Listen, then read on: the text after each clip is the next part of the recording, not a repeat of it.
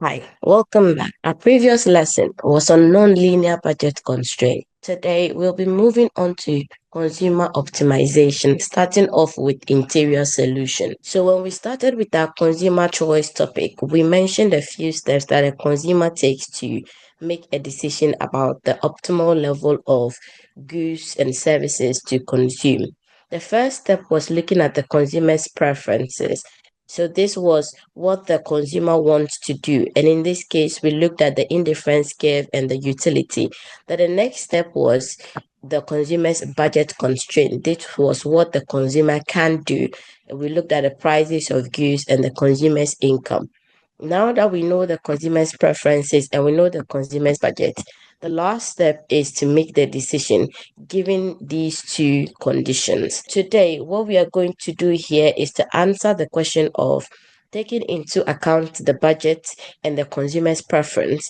What is the optimal level of consumption of good X or good Y that the consumer should consume in an attempt to maximize their utility? So in answering this question, let's look at a consumer named Ella who consumed two good X and good Y. Given these two goods, we've mentioned in our previous lessons that a typical indifference curve for good X and good Y looks like this. And then a typical budget for good X and good Y looks like B1 here. So we know how to derive these two curves from our previous lessons. So as I mentioned before, the question now is, given Ella's preferences and her budget, how much of good X and good Y should she consume?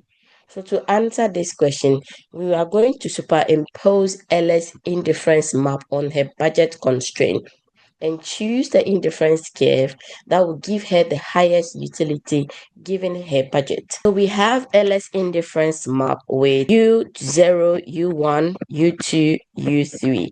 And then we have Ls budget also B1 here. We have superimposed Ls indifference map on the budget, and we are going to use the various bundles in this figure to determine which one is the optimal for Ella. Let's start with point A on indifference curve U3. Point A is not feasible for Ella because given Ella's budget, which is B1, point A lies above Ella's budget, so it is not affordable. So even though Ella would love to be on U3 because it's the highest indifference curve that will give her the highest possible utility, she cannot afford this point A because she's limited by her budget, which is B1. If we move on to point B on indifference curve U0, point B is feasible. Feasible means that it lies below Ella's budget. So we have mentioned in our previous lessons that any bundle that lies on Ella's budget or below Ella's budget is feasible. She can afford it given her income and the prices of the good. Now, the fact that a point is feasible doesn't make it optimal. So point B is feasible because it's affordable, but it's not optimal because Ella does not spend all her income on point B. If she spends all of her income, she will move to the budget line B1, and this is going to give her a different level of utility. So the optimal thing for Ella to do is to consume more of both goods, shifting her to another indifference curve. If we consider point C then, so point C is on indifference curve U1. Now, point C is also feasible. Feasible because it is on Ella's budget constraint, which makes it affordable. But it's not the optimal point because Ella can do better. Now, we can see that point on the budget constraint are points where Ella has spent all her income consuming either good X or good Y. Now, Ella can do better than point C here because she can adjust her consumption of both goods to put her on a higher indifference curve. And we see that with bundle E on indifference curve too. So bundle E is also on the budget, just like C is also on the budget line. But you can see that bundle E is on a higher indifference curve, which is U2 as compared to U1. So this gives her a higher utility as compared to bundle C. So bundle C is not optimal because Ella can adjust her consumption of good X and good Y, which will move her to point E and give it a higher utility. So if you are consuming any amount of both goods and you can adjust your consumption such that you move to a higher indifference curve and you're still in the feasibility set, then the point where you are currently is not the optimal point. Now let's move on to point E. So point E is feasible and optimal.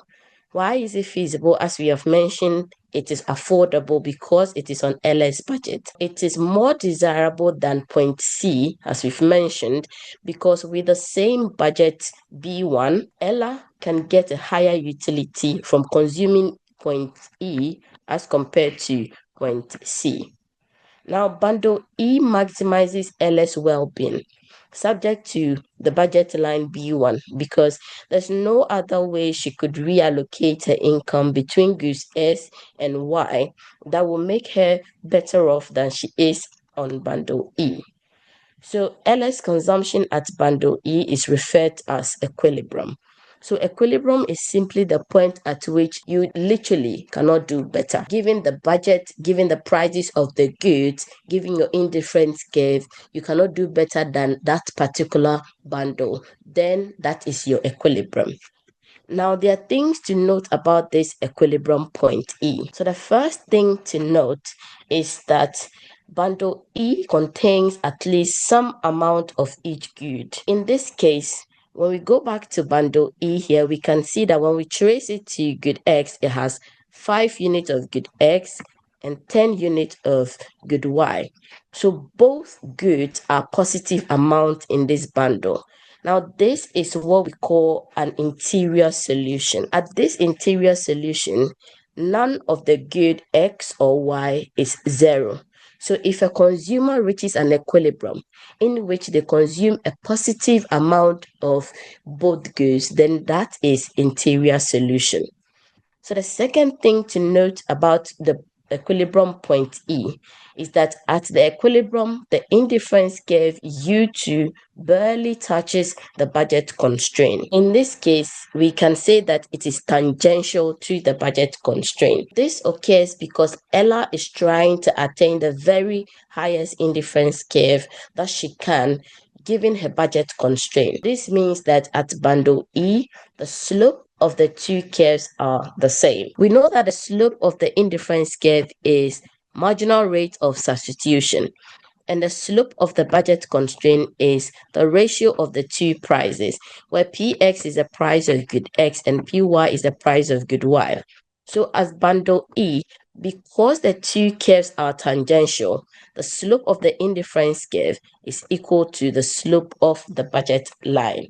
So any equilibrium in which there is an interior solution, this condition must be satisfied. What is the intuition behind the two slopes being equal? The marginal rate of substitution, which is the slope of the indifference curve, it shows the rate at which the consumer is willing to trade one good for another. Now, the slope of the budget line, which is the ratio of the two prices, it also shows the rate at which she is able to trade one good for another, given market conditions. Now, in equilibrium, these two must be equal. It's important to know that this statement is correct only for interior solution. Now, if the consumption of one of the good is 0, then this equilibrium condition may not hold. Another thing that will cause this equilibrium condition to not hold is if the budget line is not a straight line and it has kinks, like we saw in our previous lesson, then the marginal rate of substitution may not be equal to the price ratio, even if there's interior solution. So this is all that we have for our lesson on consumer optimization, focusing on interior solution. Our next lesson will also be on consumer optimization, but we will now focus on corner solution, where the consumer consumes 0 amount of one of the good at equilibrium. If you enjoyed today's lesson, consider subscribing. Thank you.